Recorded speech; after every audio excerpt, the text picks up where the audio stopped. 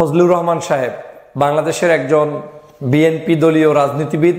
যদিও তিনি এর আগে আওয়ামী লীগের রাজনীতির সাথে সম্পৃক্ত ছিলেন, বর্তমানে বিভিন্ন টক শোতে আলোচনায় তিনি আসছেন, কিন্তু তার আলোচনা এবং বক্তব্য শুনলে মনে হচ্ছে কোনো একটি পরিকল্পনা নিয়ে বিএনপিকে ক্ষতিগ্রস্ত করার জন্যই লোকটিকে কেউ না কেউ মাঠে নামিয়েছে।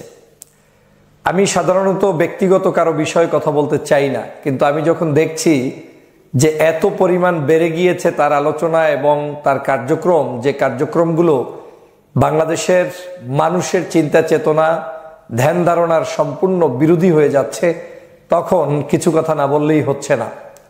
আপনারা জানেন, গতকালকের ফেস দ্য পিপলে এক ভদ্রলোক বিদেশ থেকে প্রশ্ন করেছিলেন ফজলুর রহমান সাহেবকে, 15 বছরে বালুর ট্রাক সরাতে পারেনি বিএনপি, এই ধরনের একটি মন্তব্য তিনি করেছিলেন। কিন্তু সেই বালুর ট্রাকের 15 বছরের প্রশ্ন শোনার সাথে সাথে এবং তার আগেই তার এই বক্তব্যগুলো শুরুর মাঝখানেই তারা একে অপরের সাথে এমনভাবে কাদা ছড়াছড়িতে লিপ্ত হচ্ছিল, বিষয়টা দেখে আমার চরমভাবে খারাপ লেগেছে। আমি যখন দেখেছি একজন দর্শক তিনি তার জায়গা থেকে প্রশ্ন করবেন এবং সেই প্রশ্নটা শুধুমাত্র বালুর ট্রাক নয়, যে কোনো ইস্যুতে তিনি প্রশ্ন করতে পারেন। একজন রাজনীতিবিদের কাজ হচ্ছে সেই প্রশ্নগুলো সুন্দর মতো শুনে সেটার প্রতি উত্তর সুন্দরভাবে দেয়া। আপনি কখনোই আওয়ামী লীগ যে আচরণ করেছে একই আচরণ আপনি কখনোই করতে পারেন না। একজন দর্শক হচ্ছে বাংলাদেশের সকল মানুষের। আমি আজকের এই জায়গায় পৌঁছেছি আমার দর্শক, আমার ফলোয়ার, আমার ভালোবাসার মানুষদের কারণেই। আপনি রাজনীতি করছেন, আপনার ফলোয়ার, আপনার শুভাকাঙ্ক্ষীরাই আপনার সম্পদ। জাতীয় জীবনের প্রত্যেকটি জায়গায় মানুষের ভালোবাসা অবজ্ঞা করে কখনো বড় হওয়া যায় না। গতকালকে দেখলাম যখনই তিনি এই প্রশ্নটি করেছিলেন যে এই জায়গায় কি ভূমিকা পালন করেছেন, এবং কাউয়া কাদেরদের মতো কিছু লোক বের হয়েছে যারা এখন বিভিন্ন জায়গায় বিভিন্ন ধরনের কার্যক্রম করছে, কিন্তু তারা মূলত দলের ক্ষতি করছে, এরকম কিছু বিষয় বুঝানোর চেষ্টা করেছিলেন সেই দর্শক।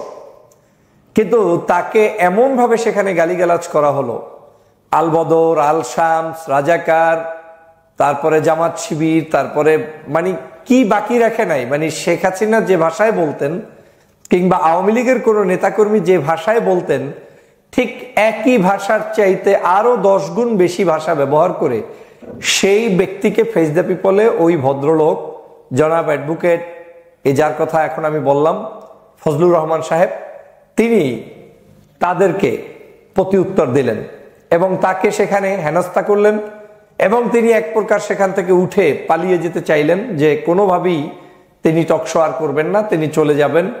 দাঁড়িয়ে গেলেন, ক্যামেরা অফ করলেন, আবার বসানোর চেষ্টা করা হলো, তাকে বসিয়েছে যে কোনো মূল্যে ফেস দ্য পিপলের সাগর ভাই। আমি ভিডিওটা দেখে অবাক হয়েছি, কারণ আমার কাছে মনে হয়েছে দেশনেত্রী বেগম খালেদা জিয়া নয়, শুধু শহীদ রাষ্ট্রপতি জিয়াউর রহমানকে যারা গালিগালাজ করেছে পর্যন্ত, এবং সেটার প্রতি উত্তরে কোনো একজন ব্যক্তি মামলা পর্যন্ত করেছে, সেই মামলা থেকে পর্যন্ত তারেক রহমানের নির্দেশনা হচ্ছে এই যে ওই ব্যক্তিকে মামলা থেকে উঠিয়ে দিতে হবে, জেল থেকে মুক্ত করতে হবে। এত ভালো না যে দলকে ভালোবাসতে গিয়ে আপনি জিয়াউর রহমানকে কি বলেছে না বলেছে সেই কারণে তাকে জেলে নিতে হবে, এই স্বাধীনতা আপনাকে কেউ দেয় নাই, বিএনপি পরিবার দেয়নি বলে আমার কাছে এখন পর্যন্ত বিশ্বাস। এই বিশ্বাস কতদিন থাকবে আমি জানি না, কিন্তু কেউ এই অপকর্ম করে দলটার অবস্থা এমন 12টা বাজাচ্ছে যে দলটাই এখন জাতির কাছে প্রশ্নবিদ্ধ হচ্ছে, প্রতিনিয়ত হচ্ছে, প্রতি ঘন্টায় হচ্ছে, প্রতি সেকেন্ডে হচ্ছে। এই দল এখন পর্যন্ত বাংলাদেশের যতগুলো দুর্নীতি, দুষ্কৃতি, অন্যায়, অবিচার যারাই করেছে, আমার জানা মতে এই 5ই আগস্টের পরবর্তী সময়ে তাদের প্রত্যেককে বহিষ্কার পর্যন্ত করা হচ্ছে, আস্ফালন দিয়ে কাউকে রাখা হচ্ছে না। কিন্তু কি কারণে আজকের এই ধরনের ব্যক্তিরা বক্তব্য দিয়ে চলেছেন এবং সেটা জনগণের কাছে আজকের খারাপ দৃষ্টিকটু হচ্ছে, তারপরেও তারা বক্তব্য দেওয়ার সুযোগ পায়, আমি এটা জানি না কি কারণে হচ্ছে, কারা করাচ্ছে এবং তাদের পিছনে কি মহাশক্তি রয়েছে।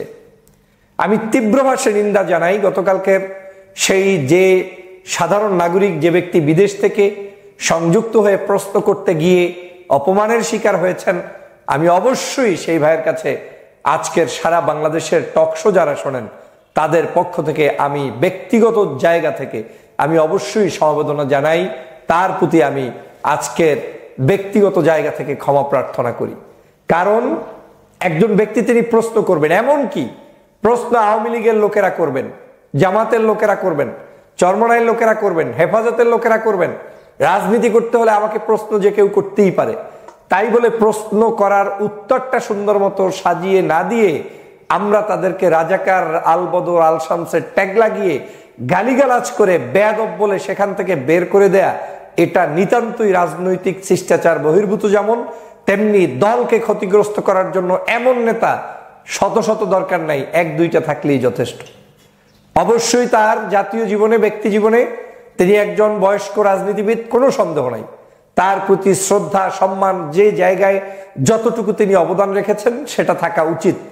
কিন্তু এই শ্রদ্ধা সম্মানটা এমন নয় যে আপনার শ্রদ্ধা সম্মান শেখ মুজিবুর রহমানের চাইতে বেড়ে যাবে কিংবা জাতীয় নেতাদের চাইতে বেড়ে যাবে। বাংলাদেশে এখন জাতীয় ওই ধরনের বড় বড় নেতাদের ছবি মেট্রো রেলের সামনে পিলারের সাথে লটকিয়ে রেখে জুতার মালা পরিয়ে রেখেছে সাধারণ জনগণ।